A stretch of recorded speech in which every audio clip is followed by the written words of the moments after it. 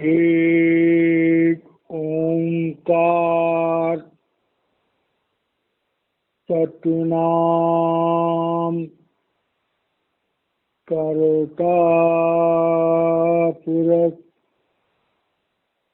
निर्भाव निर्वैर अकाल मूरत अजूनी सैभं गुरु प्रसाद जप आद सत जुगाद सत है भी सत नानक होशी भी सत। पहली पातशाही श्री गुरु नानक देव जी महाराज जी की ये पवित्र रचना जपजी साहिब का मूल मंत्र है। इस मंत्र के द्वारा सच्चे पातशाह उस प्रभु का गुणगान कर रहे हैं कि हे परमात्मा, आप स्वयं ज्योति और श्रुति के रूप में प्रकट हुए, करोड़ों ब्रह्मांड बनाए, 83 लाख योनियां बनाई, और जब से संसार बना है आप मनुष्य का चोला धारण करके जीवों के उद्धार के लिए आते रहे हो। आज भी आप संसार में किसी न किसी मनुष्य के चोले में काम कर रहे हो, जीवों का उद्धार कर रहे हो, और जब तक ये संसार रहेगा आप जीवों के उद्धार के लिए इस संसार में सद्गुरु के रूप में आते रहोगे। ये प्रभु की बढ़ियाई है।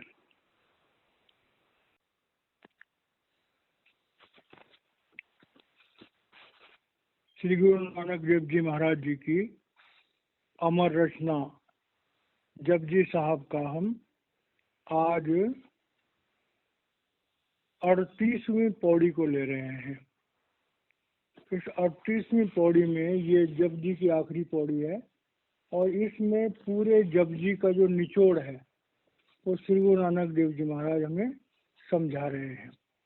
पहले हम इसका उच्चारण करेंगे, फिर इसके भाव को समझेंगे। जत पहारा धीरज सुनियार, अहरण मत वेद हथियार, बहुखला अग्नि तपताओ, भांडा भाव अमृत तित ढाल, घड़िए शब्द सची टकसाल, जिनको नदर करम तिनकार, नानक नदरी नदर निहाल। अब श्री गुरु नानक देव जी महाराज जो हैं वो भक्ति के समस्त ज्ञान को एक उदाहरण के रूप में हमें समझा रहे हैं। कह रहे हैं भी हम दुनिया में देखते हैं कि जो गहने हैं वो सोने के बनाए जाते हैं, क्योंकि सोना जो है वो एक बहुत ही उच्च कोटि का धातु है, और सोने के जो गहने होते हैं उनमें पकड़ भी अच्छी होती है। तो कह रहे हैं जैसे सोने का एक टुकड़ा हो कोई, और अगर उससे गहने बनाने हों तो जरूरी बात है कि सोने के गहने अगर हमें बनवाने हैं तो हम किसी सुनियार की दुकान पर जाएंगे। अब हम सुनियार की दुकान पर जाएंगे तो उसके पास सोना होगा। अब हमने सुनियारे से कहा कि भाई हमें गहना बनवाना है, तो सुनियारा क्या करेगा, एक सोने का टुकड़ा लेगा, हमसे पूछेगा कितने तोले का गहना बनवाना है। कैसा गहना बनवाना है, उसका डिजाइन पूछेगा। वो कलाकार है, वो बढ़िया से बढ़िया डिजाइन बना सकता है। तब वो क्या करेगा, सोने को लेगा, उसको पिघलाएगा।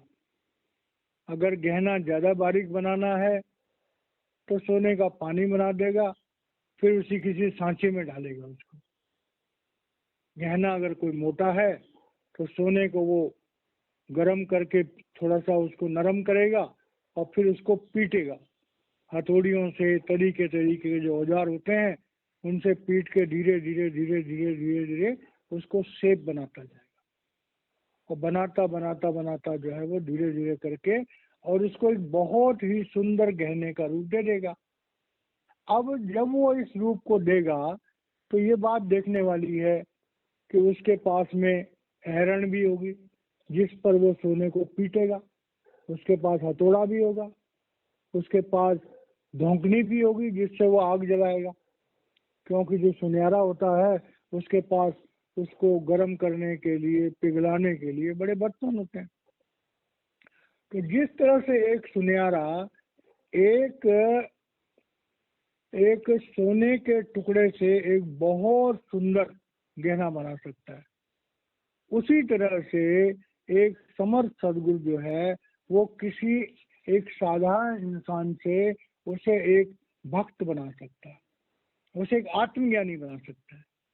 तो इस पौड़ी का जो असली मतलब ये है कि किसी भी इंसान को अगर आत्मज्ञानी होना है, किसी भी इंसान को सच्चा भक्त बनना है तो उसे क्या करना पड़ेगा। तो इस पौड़ी के माध्यम से हम समझते हैं। तो पौड़ी में पहला लफ्ज क्या है, जत पहारा। अब जत कहते हैं कि हमें जति, जति का मतलब होता है जिसको इंद्रियों पर संयम होता है। अब जैसे कि जत पहारा, पहारा कहते हैं दुकान को, सुनार की दुकान। तो भाई सोना कहाँ मिलता है, सुनार की दुकान में मिलता है। तो कह रहे हैं अगर रूहानियत की किसी आदमी को इच्छा है, अगर कोई चाहता है कि मैं उस प्रभु के दरबार को जानूं, तो उसके जीवन में सबसे पहले जरूरी बात है कि उसके जीवन में अखंड ब्रह्मचर्य होना चाहिए। सभी भाई बहन जो सत्संग सुन रहे हैं इस बात को बड़े ध्यान से सुने कि जहाँ काम वहाँ नाम नहीं, और जहाँ नाम नहीं काम, दोनों एक संग ना रहे रवि रजनी एक ठाम। अंधेरा और उजाला दोनों एक साथ नहीं रह सकते। श्री गुरु नानक देव जी महाराज कह रहे हैं कि जिनको परमार्थ की इच्छा है, जो भक्ति के रास्ते पर आगे बढ़ना चाहते हैं, उनकी पहली कंडीशन है कि उनका जीवन एकदम पवित्र होना चाहिए और उनको ब्रह्मचर्य के नियमों का पालन करना चाहिए। क्योंकि ब्रह्मचर्य के नियम शादी से पहले के कुछ और होते हैं, शादी के बाद अपनी पत्नी से बच्चों की इच्छा के लिए आदमी जरूर जो है वो दुनियादारी कर सकता है, लेकिन उसके बाद ब्रह्मचर्य चाहिए। तो ब्रह्मचर्य जो है वो पहले शादी से पहले का, गृहस्थ जीवन में ब्रह्मचर्य, वानप्रस्थ में ब्रह्मचर्य और संन्यास आश्रम में ब्रह्मचर्य। बिना ब्रह्मचर्य के, बिना जीवन की पवित्रता के, बिना हमारे अच्छे कैरेक्टर के कोई भी इंसान प्रभु के रास्ते पर आगे नहीं बढ़ सकता, साफ सी बात है। उसके बाद धीरज सुनियारा। अब यहाँ पर जो सुनियारा है, जो दुकान का मालिक है, वो सुनियारा है। अब सुनियारा क्या है, उसको धीरज चाहिए। अगर उसने गहना बनाना है तो उसे बड़े धीरज से, बड़े ध्यान से, बड़े इत्मीनान से उस काम को करना पड़ेगा। मतलब कि भक्ति के रास्ते पर चलने के लिए हमें जल्दबाजी नहीं करनी चाहिए। कोई आदमी सोचे मैं 4 दिन मंदिर चला गया, मैं 4 दिन गुरुद्वारे चला गया, मैं 4 दिन आश्रम चला गया और मैं भक्त हो जाऊं। नहीं, ये रास्ता तो जिंदगी के शुरुआत से लेकर के और जिंदगी की आखिरी घड़ी तक है। बड़े बड़े महापुरुषों के जीवन का जिक्र आता है कि वो कहते हैं कि जब मेरे जीवन की आखिरी घड़ी आएगी तब मैं बता पाऊंगा कि मैंने जीवन को कैसे जिया। ये बात बड़ी गहराई से समझने वाली है। तो इसलिए भक्ति के रास्ते पर पहली रिक्वायरमेंट है अखंड ब्रह्मचर्य। एक सच्चा और पवित्र जीवन, दूसरा है कि लगातार प्रभु का सिमरन, एक लंबा धीरज। अगर हमारा धैर्य टूट गया तो हमारी भक्ति भी खत्म हो जाएगी। अब उसके बाद है आहरण मत वेद हथियार। अब आहरण कहते हैं जिस पर सोने को रख के पीटा जाता है। मतलब कि हमारा जो अंतःकरण है, हमारा जो मन है, हमारी जो सोच है, हमारी जो श्रद्धा है, हमारा जो विश्वास है, वो कभी टूटना नहीं चाहिए। क्योंकि हम जब प्रभु के रास्ते पे चलेंगे, हमारे जीवन में अनेकों बातें आएंगी। कभी हमारा दिल टूटेगा, कभी हमारा मन दृढ़ होगा, कभी हमारा मन डोल जाएगा, कभी हमारे साथ उचित होगा, कभी हमारे साथ अनुचित होगा। तो भक्ति के रास्ते पर जो है वो हमारी भावना बड़ी दृढ़ होनी चाहिए, बहुत दृढ़ होनी चाहिए, चाहे दुनिया इधर से उधर हो जाए। जैसे कहते हैं भक्ति के रास्ते पर तन दादम, जान दादम, ईमान दादम। मेरा तन भी प्रभु के लिए, मेरा मन भी प्रभु के लिए, मेरा ईमान भी प्रभु के लिए। तो जैसे अहरण पर जब सोना पीटा जाता है तो अहरण स्थिर होता है। अगर अहरण डावाडोल होगा तो उस पर सोना नहीं पीट सकते। तो हमारे जीवन में हमारी दृढ़ता, हमारा निश्चय, हमारी सच्ची श्रद्धा, हमारा सच्चा विश्वास, हमारी सच्ची कमिटमेंट होनी चाहिए। और वेद हथियार, और जो हथौड़ा है वो हमारा ज्ञान का होना चाहिए। मतलब हमें अपनी धर्म पुस्तकों को पढ़ना चाहिए, और धर्म पुस्तकों में जो परमात्मा के बारे में बताया गया है, हमारे सदगुरु, हमारे जीवन में एक सच्चा गुरु होना चाहिए, और सच्चे गुरु के बताए हुए जो शब्द मार्ग है उसके हिसाब से जो हमारे वेद शास्त्र कहते हैं उन पर हमें चलना चाहिए। ये बात बड़ी गहराई से समझने वाली है कि वेद ग्रंथ गुरु हट है, जिस लग भवजल पार उतारा, और सदगुरु वाजई न बुझई, जिसका धरे न प्रभु उतारा। वेद शास्त्रों को बिना किसी समर्थ सदगुरु के हम समझ नहीं सकते। तो ज्ञान रूपी हथौड़े से जब हम अपने श्रद्धा, विश्वास रूपी हमारा जो अहरण है उस पर जब हम चोट मारेंगे, किस पर? अपने व्यक्तित्व को सुधारने के लिए। तो कह रहा भाव खल्ला। अब ये बात बड़ी गहराई समझने वाली है। भाव कहते हैं भय को, खल्ला कहते हैं धोखनी को। अब जो आग जलाई जाती है तो धोखनी से हवा दी जाती है। तो कह रहे हैं हमारे जीवन में भय होना चाहिए। और भय किसका होना चाहिए? मौत का नहीं, भय होना चाहिए हमें अपने सदगुरु का। जिस इंसान के जीवन में कोई सच्चा गुरु नहीं, जो अपने गुरु से डरता नहीं, अगर गुरु नहीं हमारे जीवन में तो परमात्मा से डरना चाहिए। और परमात्मा से किस लिए डरना चाहिए? क्योंकि हमारे शरीर में आत्मा भी है और हमारे शरीर में मन भी है।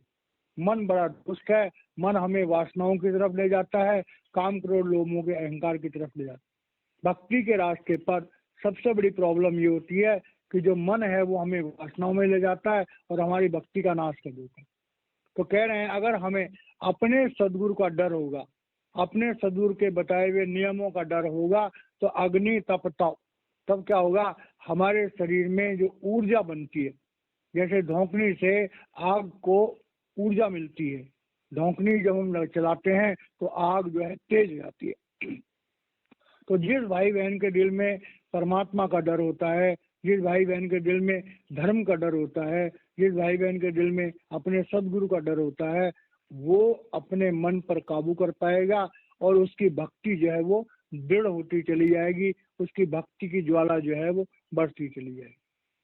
क्योंकि भक्ति के रास्ते पे जब हम चलते हैं तो मन हमें बार बार तंग करता है, मन हमें वासनाओं में फंसा देता है, मन हमें लोभ में फंसा देता है, मन हमें लालच में फंसा देता है, और कहीं ना कहीं हमारी भक्ति को वो, उसकी जो तपिश है, उसकी जो ज्वाला है, उसको कम कर देता है। तो भांडा भाव अमृत तेज ढाल। और कह रहे हैं जब हमारे दिल में भय होगा अपने गुरु का, जब हमारे जीवन में दृढ़ता होगी, जब हमारे जीवन में विश्वास होगा, जब हम रोज भजन सिमरन करेंगे, जब हमारे जीवन में ब्रह्मचर्य होगा, जब हमारे दिल में एक ठोस इरादा होगा कि हमने प्रभु की तरफ चलना है, तो भांडा भाव, तब हमारा जो है वो अंदर में भाव बनेगा। और भाव क्या होता है? भाव निश्चिंत देवता। भाव होता है हमारा वो शौक, हमारी वो आदत, हमारा वो जज्बा, हमारा वो जुनून जो हमारी सारी ताकत को एक तरफ ले जाता है। तो कहते हैं जो भाव का भांडा, मतलब हमारे अंतःकरण में इतना प्यार होना चाहिए प्रभु के लिए कि वो प्रभु के प्यार से भर जाए। अमृत तृष्णा, अमृत कहते हैं उस प्रभु के नाम को, अमृत कहते हैं शब्द को। श्री गुरु नानक देव जी महाराज कह रहे हैं कि जब किसी इंसान के जीवन में ऐसा होता है, उसके जीवन में ब्रह्मचर्य होता है, उसके जीवन में साधना होती है, उसके जीवन में धैर्य होता है, उसके जीवन में विश्वास होता है, उसके जीवन में गुरु का डर होता है, और वो अपनी भक्ति की ज्वाला को बुझने नहीं देता, तो उसके अंदर जो है अमृत ढाल, उसके अंदर फिर गुरु की कृपा से जो अंदर में अमृत, अमृत कहते हैं शब्द को, शब्द रूपी अमृत जो है उसके अंदर प्रकट हो जाता है। तो ऐसा जो शिष्य होता है उसके अंदर शब्द प्रकट हो जाता है। जब हमारे अंदर शब्द प्रकट होता है, जिसे हम शब्द गुरु कहते हैं, पहले शब्द गुरु प्रकट होता है, उसके बाद नूरी गुरु प्रकट होता है। तो जब शब्द गुरु प्रकट होता है, उसके बाद हमारा जो भाव है, हमारा भाव दृढ़ हो जाता है। हमारा भाव जो है फिर वो प्रभु के लिए समर्पण हो जाता है, प्रभु के लिए अपना जीवन लगा देने के लिए हो जाता है। फिर हम एक सच्चे योद्धा बन जाते हैं, हम सच्चे भक्त बन जाते हैं। और घड़िए शब्द सच्ची टकसाल, और उसके बाद उस शब्द की ताकत से, जैसे कि सोने का सिक्का बनता है, शब्द की ताकत से जो है हमारा जीवन जो है एक सिक्के की तरह से, मतलब हमारा जीवन मूल्यवान हो जाता है। जैसे कोई एक धातु का सिक्का होता है, सिक्का बन जाने के बाद उसकी कीमत होती है, हम कहते हैं कि 100 रुपए का सिक्का, लेकिन जब तक उस पर मोहर नहीं लगी, जब तक उस पर एक शेप नहीं बनी, तब तक वो एक मेटल का टुकड़ा है, उसकी कीमत तोल के होती है। लेकिन जब उस पर मोहर लग जाती है, तब उसमें जो है वो एक, हम कहते हैं 100 रुपए का, 200 रुपए का, 500 रुपए का सिक्का। तो कह रहे हैं कि घड़िए शब्द सच्ची टकसाल, कि जैसे हम बाहरी तौर से देखते हैं कि जब सिक्के पर मोहर लगती है गवर्नमेंट की, तो वो सिक्का बन जाता है। तो इसी तरह से जब हमारे अंदर वो शब्द प्रकट हो जाता है, जब हमारे अंदर नूर प्रकट हो जाता है, तो हमारी आत्मा पर परमात्मा की मोहर लग जाती है। मतलब फिर हमारी आत्मा जो है वो परमात्मा से जुड़ने लगती है। और जब हमारी आत्मा परमात्मा से जुड़ने लगती है, तो जैसे एक सिक्के की कीमत हो जाती है, क्योंकि वो गवर्नमेंट की मोहर से जुड़ा हुआ है, उसी तरह से जिस भक्त का अंदर में शब्द खुल जाता है, जिस भक्त का अंदर में दिव्य लोकों में आने जाने का प्रोग्राम बन जाता है, तो उसकी भी बहुत बड़ी कीमत हो जाती है। जिनको नजर करम तिनका। अब श्री गुरु नानक देव जी महाराज कह रहे हैं कि भाई ये बात समझने वाली है। कोई कहे कि मैं अपनी ताकत से, कोई कहे मैं अपनी भक्ति से, मैं अपने संयम से, मैं अपने पराक्रम से परमात्मा को पालूंगा या सब से जुड़ जाऊंगा। तो श्री गुरु नानक देव जी महाराज कह रहे हैं कि कोई इंसान इस गलती में ना रहे। बिना प्रभु की कृपा के, बिना गुरु प्रसादी के, भक्ति जो है असल में वो गुरु का प्रसाद है। शब्द की डोरी जो है वो गुरु का प्रसाद है। बिना समर्थ सदगुरु की कृपा के कोई भी इंसान अंदर के अनाहत शब्द से नहीं जुड़ सकता। उसके बाद गुरु कृपा के बिना कोई सार शब्द में लीन नहीं हो सकता। गुरु कृपा के बिना कोई सत शब्द को नहीं सुन सकता। गुरु कृपा के बिना कोई प्रभु में लीन नहीं हो सकता। तो कहते हैं जिनको नजर कर्म चिनकार, कह रहे हैं जिस पर प्रभु की कृपा होती है वही कर्म कर पाते हैं। अगर हम लोग भक्ति के रास्ते पे चल पाते हैं तो प्रभु की कृपा। यहाँ तक कि अगर हम लोग सत्संग सुन पाते हैं, जो भाई बहन इस स्पिरिचुअल टॉक चैनल पर इस सत्संग को सुनते हैं, मैं उनको भी बहुत महान कहता हूँ कि उन पर गुरु की कृपा है। अगर गुरु की कृपा ना हो तो हम कहेंगे अरे सत्संग बाद में सुन लेंगे। और जिन पर गुरु की कृपा होती है वो इंतजार करते हैं कि कब सत्संग आएगा और हम सत्संग सुनेंगे। श्री गुरु नानक देव जी महाराज कह रहे हैं कि भक्ति के रास्ते पर कदम कदम पर हमें गुरु की जरूरत है, कदम कदम पर हमें प्रभु की जरूरत है, कदम कदम पर हमारी आत्मा को उस अमृत रूपी जल की जरूरत है जिसकी सप्लाई सिर्फ गुरु कर सकता है। तो कह रहे हैं जिनको नजर करम चिनकार, जिन पर उस प्रभु की कृपा होती है वही भक्ति के रास्ते पर आगे चल पाते हैं। नानक नजरी नजर निहार। श्री गुरु नानक देव जी महाराज कह रहे हैं कि हमें तो प्रभु से प्रार्थना करनी चाहिए, हे प्रभु रहम करो, हे प्रभु रहम करो, हे प्रभु रहम करो। लेकिन खाली मुंह से बोलने से नहीं होगा। हे प्रभु रहम करो के साथ साथ हमें अपने जीवन में पवित्रता भी धारण करनी पड़ेगी, हमें इंतजार भी करना पड़ेगा, हमें अपने जीवन को सुधारना पड़ेगा। ज्ञान रूपी हथौड़े से हमें अपने जीवन की जो बुराइयां हैं उनको चुन चुन के खत्म करना होगा। हमें अपने गुरु का डर मानना होगा। हमें अपने गुरु के आज्ञा के किले में रहना पड़ेगा। जो लोग अपने गुरु का कहना मानते हैं उन लोगों की भक्ति सिद्ध हो जाती है। जो लोग गुरु का कहना नहीं मानते वो भ्रमित हो जाते हैं। और जब गुरु कृपा करता है तो हमारा भाव बनता है। जब हमारा भाव बनता है हमारे अंदर शब्द प्रकट होता है। जब हमारा शब्द प्रकट हो जाता है तो हमारे जो मन इंद्रियां शुद्ध हो जाती है। जब मन इंद्रियां शुद्ध हो जाती हैं तो हम प्रभु के शब्द से जुड़ जाते हैं। और इस तरह से जो है हमारी जो रूहानी यात्रा है वो धीरे धीरे धीरे धीरे करके आगे की तरफ बढ़ती है।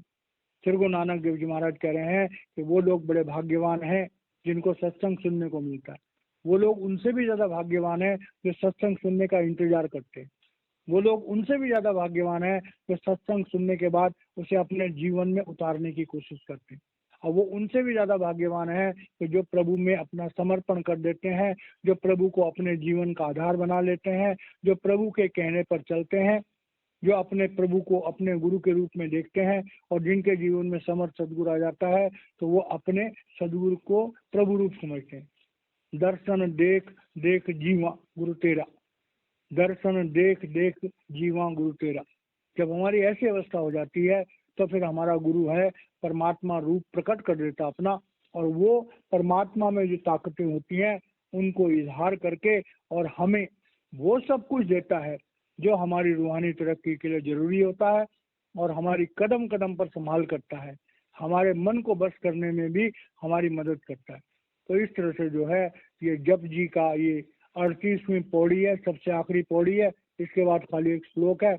तो आज हम यहाँ पर वाणी को विराम देते हैं। आगे का हम कल करेंगे। जय महाराज जी की।